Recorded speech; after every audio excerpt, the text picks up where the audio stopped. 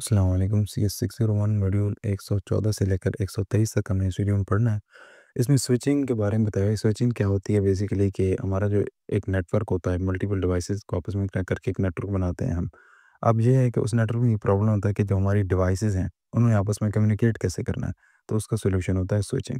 Switching क्या होता है कि एक स्विच नेटवर्क के हमारे पास स्विचेस होती हैं, डिवाइसेस, वो एक डिवाइस होती है, एक सर्किट बोल लें, जो कि हमें हेल्प करती हैं कि हमारा डेटा जो है वो राइट डिवाइस तक पहुंच रहा है।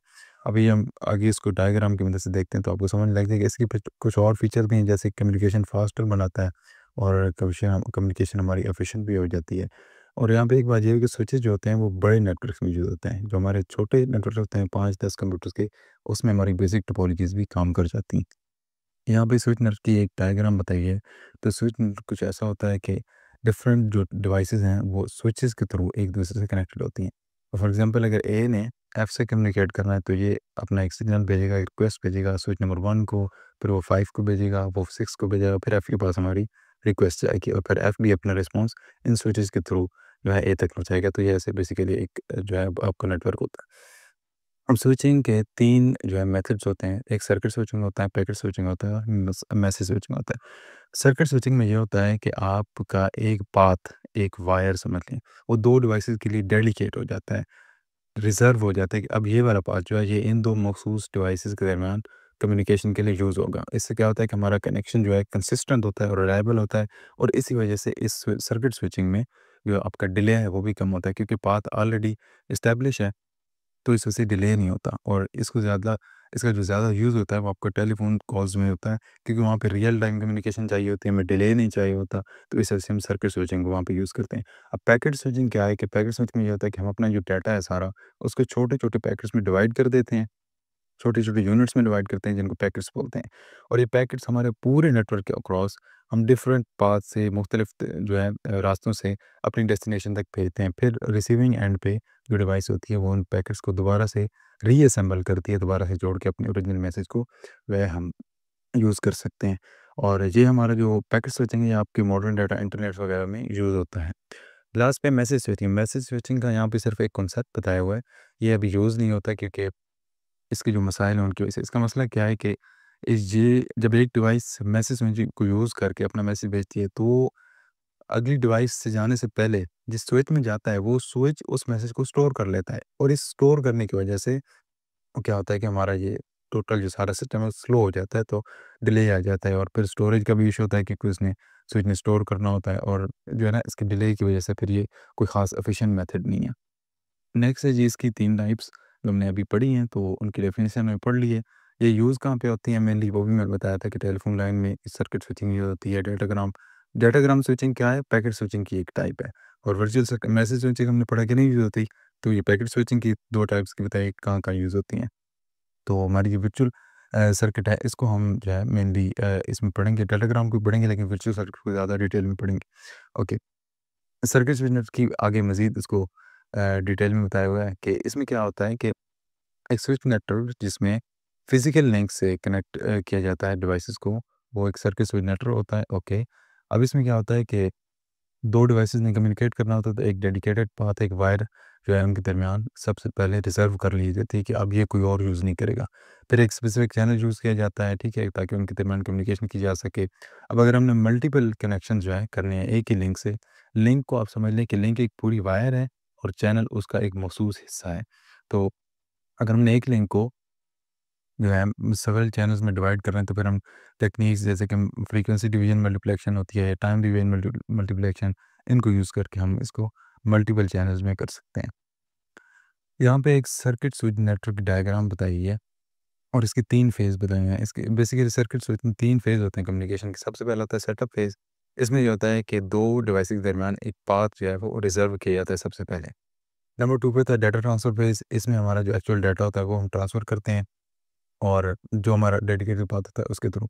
लास्ट पे होता है tier down phase. Tier down phase में ये होता है कि हमारा जो कनेक्शन हमने एस्टेब्लिश किया था उसको हम टियर डाउन करते हैं, ताकि वो बाकी यूज़र्स के लिए फ्री हो जाए। रिसोर्स रिज़र्वेशन ये होती है कि बेसिकली ये चीज़ होती है कि हम जो पाथ है वो रिज़र्व कर लेते हैं, तो वो उस पूरी ड्यूरेशन में हमारा जो पाथ है बाकी यूज़र्स के लिए अनअवेलेबल रहता है। तो इसको थोड़ा-सा इसकी वजह से इनएफिशिएंट बनाता है कि अगर हम फॉर एग्ज़ाम्पल पाथ को टर्मिनेट करना भूल जाएँ, तो फिर हमारा जो पाथ है, वो रिज़र्व ही रहेगा और बाकी यूज़र उसको यूज़ नहीं कर सकते। यहाँ पे एक एग्ज़ाम्पल है और एग्ज़ाम्पल अभी शो होगी, ओके। यहाँ पे ये है कि हमारे पास 8 जो हैं टेलीफ़ोन्स हैं और इनको हमने 4 किलोहर्ट्ज़ वॉइस चैनल से कनेक्ट किया है। एफडीएम टेक्निक हम यूज़ करते हैं। फ्रीक्वेंसी डिवीज़न मल्टीप्लिकेशन जो है यूज़ करके हम इसको कनेक्ट करते हैं। अब इसमें होता क्या है कि देखने वाली बात ये है कि सिर्फ़ यहाँ पे एक लेट्स से कि 1 ने जो है कॉल करनी है 7 को यहाँ पे जो बताया।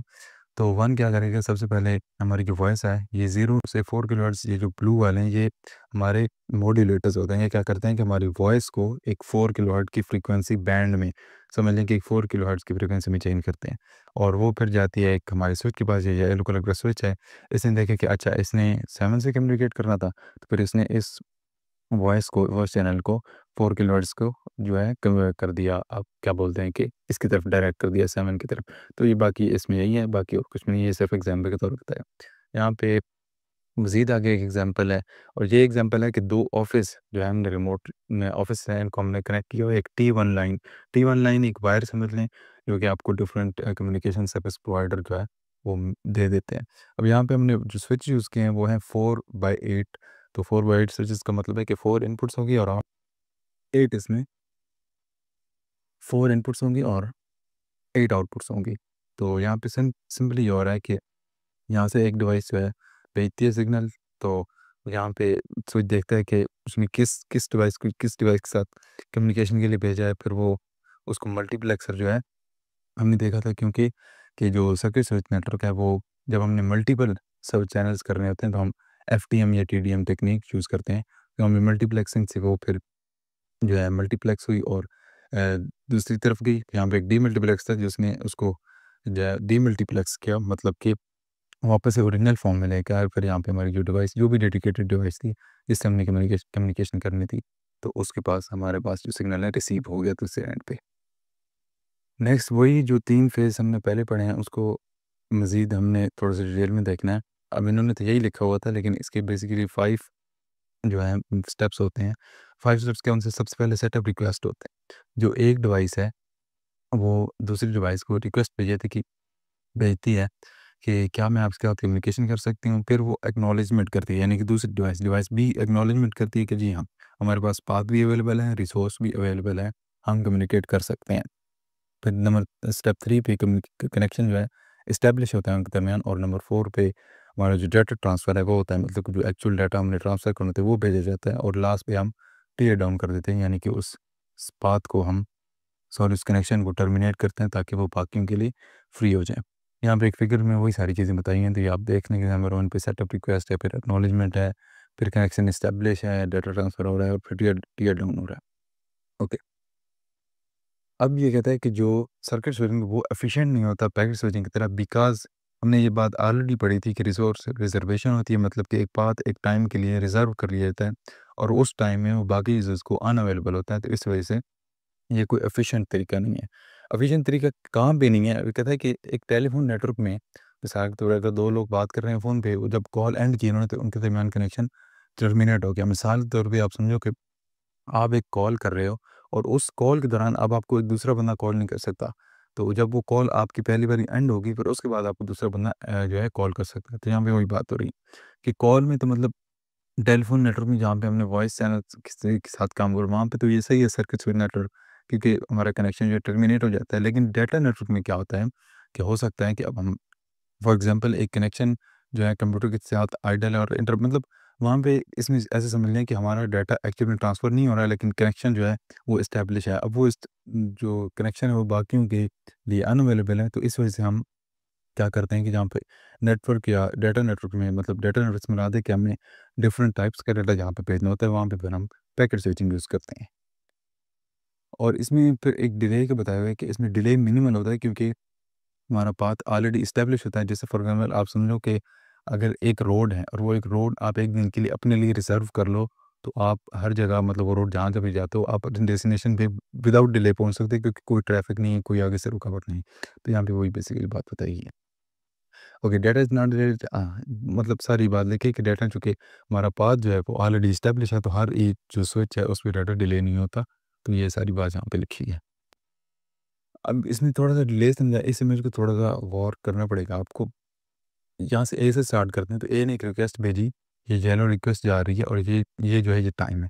तो यहाँ से टाइम ज़्यादा था, मतलब यहाँ जाते-जाते यहाँ पे बी के पास रिक्वेस्ट की। फिर बी ने वापस रिस्पॉन्स भेजा कि ठीक है, हम कनेक्शन एस्टेब्लिश कर लेते हैं, जो हमारा स्टेप नंबर 1 और 2 थे, सेटअप फेज़ और एक्नॉलेजमेंट वाला। अब यहाँ पे थोड़ा-सा डिले था, फिर डाटा ट्रांसफ़र हुआ और यहाँ से लेकर यहाँ तक जो है, यहाँ तक सॉरी, जो था हमारा टाइम, मतलब डिले था डाटा ट्रांसफ़र का, और इसके ऊपर उसके बाद ये हमारा डिले था लास्ट में डिस्कनेक्ट का। तो ये जो येलो बेसिकली लाइन्स हैं, ये हमारी रिक्वेस्ट या रिस्पॉन्स समझ लें कि ए ने रिक्वेस्ट की बी को, बी ने फिर रिस्पॉन्स दिया, फिर यहाँ से फिर बी ने रिस्पॉन्स दी कि आप कनेक्शन टर्मिनेट कर दो, तो ये बात है। अब यहाँ पे पैकेट स्विचिंग स्टार्ट हुई। पैकेट स्विचिंग क्या होती है कि हमने ऑलरेडी पढ़ी है कि हम छोटे यूनिट्स में डिवाइड कर देते हैं, जिनको पैकेट्स बोलते हैं, और इन पैकेट्स का साइज़ जो होता है वो आपके प्रोटोकॉल पे डिपेंड करता है। मतलब आप टीसीपी आईपी यूज़ करते हो तो एक साइज़ होगा, फिर डिफरेंट प्रोटोकॉल्स होते हैं, और इसमें होता है कि हम पूरे नेटवर्क में अपने डिफरेंट पाथ्स को यूज़ करके अपने जो पैकेट्स हैं उनको स्प्रेड कर देते हैं, और फिर वो डेस्टिनेशन पे पहुँच के दोबारा से उनको रीअसेंबल कर दिया जाता है। डाटाग्राम नेटवर्क, डाटाग्राम ही एक पैकेट स्विचिंग की टाइप है। अब इसमें ये होता है कि ओके, इसमें ये होता है कि हर जो पैकेट है वो इंडिपेंडेंटली ट्रीट किया। इसका मतलब क्या है कि इसमें जो पैकेट्स होते हैं, क्योंकि उनको इंडिपेंडेंटली ट्रीट किया जाता है इंस्टेड ऑफ के एक सिंगल मैसेज, तो हो सकता है कि वो जब डेस्टिनेशन पे पहुंचे तो आउट ऑफ ऑर्डर हो, मतलब उनकी जो अरेंजिंग है वो ख़राब हो जाए, तो इससे मसला हो सकता है कि हमारा जो डाटा है वो मिसिंग हो सकता है। बाकी इसमें कुछ भी नहीं है। अब virtual network server circuit network, इसको हमने मेनली डिटेल में पढ़ना है यहाँ पे। वर्चुअल सर्किट नेटवर्क जो होता है, ये बेसिकली इन दो का कॉम्बिनेशन होता है, आपके सर्किट स्विच नेटवर्क का और डाटाग्राम पैकेट स्विच नेटवर्क का। इसमें क्या होता है कि हम उसी तरीके से जैसे सर्किट स्विच नेटवर्क में हम पाथ एस्टेब्लिश कर देते हैं, इसमें में एक लॉजिकल पाथ, मतलब एक्चुअल वायर नहीं होती, लेकिन एक लॉजिकल पाथ जो है वो लाइक एक वर्चुअल सर्किट समझ लें, उसको हम एस्टेब्लिश करते हैं, लेकिन डाटा जो है वो पैकेट्स में ही भेजा जाता है। ठीक है? These packets follow the same different, मतलब कि हम सर्किट स्विचर की एक प्रॉपर्टी लेते हैं कि हम पाथ एस्टेब्लिश करते हैं, और डाटाग्राम नेटवर्क की जो है हम एक प्रॉपर्टी लेते हैं कि उसमें हम जो है डाटा को पैकेट्स में कर देते हैं। अब यही जो हमारा वर्चुअल सर्किट या हमारे डाटा लिंक लेयर में यूज़ होता है ज़्यादा, और यही सबसे ज़्यादा एफिशिएंट जो है मेथड है। यहाँ पे एक बताए हुए डायग्राम के थ्रू ये कैसे हो रहा है, ठीक है? तो ये सारे एंड सिस्टम है, एबीसीडी, यहाँ पे स्विचेस लगी हुई हैं, और इसमें भी वही इसी तरह का होता है कि पहले सेटअप होता है और टीयर डाउन प्रोसेस होती है, रिसोर्स रिजर्वेशन भी होती है, और इसमें पैकेटाइजेशंस होती है, मतलब हमारा डाटा पैकेट्स में कन्वर्ट होता है, ठीक है?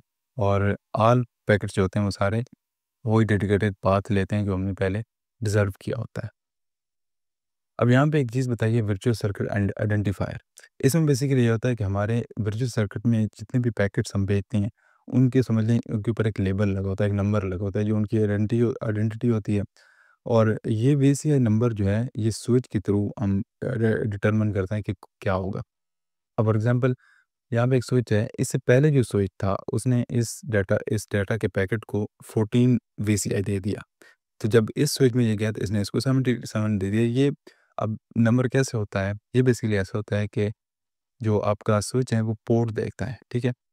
अब जो हमारा ये डाटा था इसका 14 था, इसने देखा कि अच्छा, अगर मैंने पोर्ट 3 में इसको भेजना है तो फिर इसका 22 हो जाएगा, और अगर फॉर एग्ज़ाम्पल अगर हमने इससे 1 वाले को पोर्ट 2 में भेजना होता तो फिर इसका 41 हो जाता। तो ये बेसिकली पोर्ट्स देके आपका स्विच डिटरमिन करता है कि इसको कौन-सा वीसीआई मिलेगा। ये बस एक नंबर समझ लें, एक आइडेंटिटी होती है। ओके, अब यहाँ पे सर्किट स्विच है, उसका मज़ीद 2 जो है इनकी टाइप्स बताएँगे। अब ये अगर शुरू में इन्होंने रखा होता तो ज़्यादा बेहतर होता, क्योंकि सर्किट स्विच नेटवर्क हम इकट्ठा ही पढ़ते हैं, लेकिन इन्होंने अब इसको इस तरीके से अलाइन किया तो हमें इस तरीके से पढ़ना पड़ेगा। बहरहाल, इसमें होती हैं 2 टाइप्स, स्पेस डिवीजन स्विच और टाइम डिवीजन स्विच।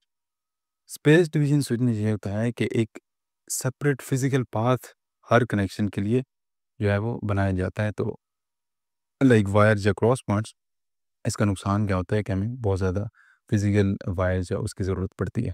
और टाइम डिवीजन स्विच क्या होता है कि पाथ तो एक ही होता है, एक ही पाथ शेयर किया जाता है, लेकिन फिर वो time by time different user को दिया जाता है कि ठीक है, आप ये इस टाइम के लिए आप यूज़ कर लो इस कनेक्शन को, इस टाइम के लिए आप यूज़ कर लो, इस तरीके से। टाइम डिवीजन मल्टीप्लिकेशन बेसिकली यही होती है। ओके, अब यहाँ पे जो नंबर 1 था हमारा स्पेस डिवीजन, इसकी एक टाइप बताइए, cross bar switch. Cross bar switch में ये होता है कि आपकी इनपुट्स और आउटपुट्स जो होती हैं वो जहाँ-जहाँ पे इंटरसेक्ट करती हैं वहाँ पे क्रॉस पॉइंट बन जाते हैं। ओके? और जो है इनको पीछे से कंट्रोल स्टेशन क्या होता है कि वो बताता है कि हमारा जो इससे इनपुट आ रही है वो कौन से आउटपुट में जानी है, इस तरीके से। और इसका नुकसान एक ये है कि इसमें एक टाइम पे सिर्फ 25% ऑफ जो क्रॉस पॉइंट्स होते हैं वो एक्टिव हो सकते हैं। मतलब ये सारा, अब अगर हम देखें तो इसमें 1 2 3 टोटल 12 जो है क्रॉस पॉइंट्स हैं, और 12 क्रॉस पॉइंट्स में सिर्फ जो है 4 जो है, मतलब क्या बोलते हैं कि एक टाइम पे यूज़ हो रहे हैं। तो ये इसका नुकसान है। और इसमें एक फ़ॉर्मूला होता है इसके क्रॉस पॉइंट्स को फाइंड आउट करने के लिए, जो कि होता है n मल्टीपल m, मतलब n आपकी जो ये नंबर है इनपुट्स और m आपके outputs. Okay. Multi stage switch, multi stage switch उसी का एक समझ लें कि बेटर वर्जन है। इसमें हम 3 स्टेजेस पे 3 जो है cross bar, different cross bars को लगा के अपने जो है कनेक्शन को बनाते हैं। इसमें क्या से होता है, सबसे पहले देखें क्रॉस बार जो है इनमें ये n by n cross bars हैं, ठीक है? और ये k क्रॉस बार्स हैं, और अब इनमें अगर आप देखें तो n मल्टीप्लाई k, मतलब कि n ये वाला n और k ये वाला, ठीक है? और इसमें बेसिकली हो ये रहा है कि 3 स्टेजेस पे हमारी जो है डिफरेंट वही क्रॉस बार्स लगी हुई हैं, और इसमें होता ये है कि इसके एक फ़ॉर्मूला डिफरेंट होता है। इसका फ़ॉर्मूला ये होता है 2 के n plus k into n over n square. इससे ये होता है कि हमारे जो क्रॉस बार्स हैं वो बहुत कम आते हैं, बहुत कम आते हैं, जो कि ज़्यादा प्रैक्टिकल है। अब अगर हम पिछले इसमें जाएँ, तो ये आप देखें कि अगर हमारे पास लेट्स से 1000 इनपुट्स हैं, 1000 आउटपुट्स हैं, तो हमारे यहाँ पे पास जाके कहीं 10 लाख क्रॉस बार्स बन जाएँगे, जो कि प्रैक्टिकली पॉसिबल ही नहीं है। सिंपली प्रैक्टिकल नहीं है। और इसमें अगर आप देखें, इसमें अगर आप जो फ़ॉर्मूला में डिफरेंट वैल्यूज़ पुट करते हैं तो बहुत छोटा नंबर आता है, जो कि प्रैक्टिकल। इसको आप बस इतना समझ लें कि 3 डिफरेंट स्टेजेस पे 3 जो हैं क्रॉस बार्स की स्विचेस लगाए जाते हैं, फिर उनके डिफरेंट फ़ॉर्मूलाज़ होते हैं। सॉरी, एक ही फ़ॉर्मूला होता है पूरे स्विच का, और उस फ़ॉर्मूले से हम अपने जो नंबर ऑफ क्रॉस पॉइंट्स हैं, मतलब कि नंबर आप समझ लें कि वायर्स जो हैं, एक तरीके से हम फाइंड आउट करते हैं, और ये उससे ज़्यादा एफिशिएंट होता है।